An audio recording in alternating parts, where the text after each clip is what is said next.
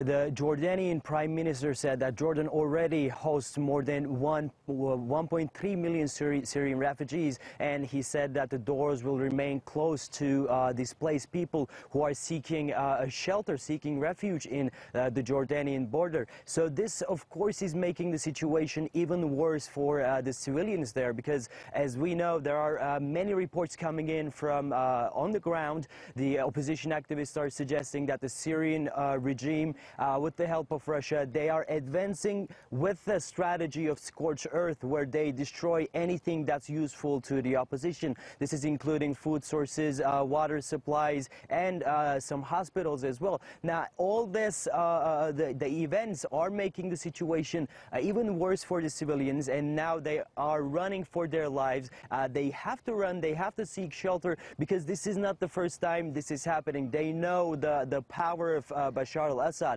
We've seen this before in eastern Ghouta, in Aleppo back in 2016. So help is, luckily, the help is coming through the Jordanian border to these people, but a better solution, a more concrete solution is needed for these people as the time goes by. Indeed, which is why these talks were taking place, which have obviously failed. I mean, the biggest problem is that the Syrian regime has the upper hand in terms of this war. So what options does that leave in terms of any kind of peace talks?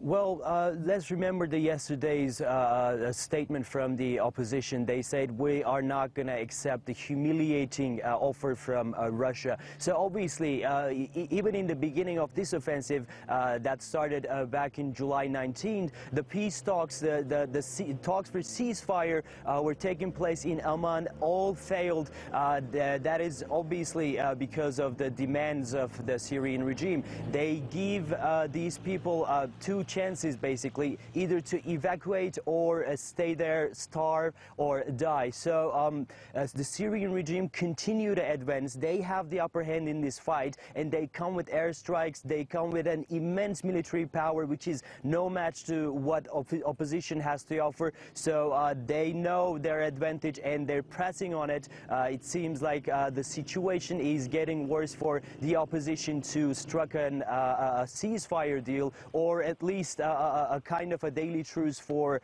people to receive some help.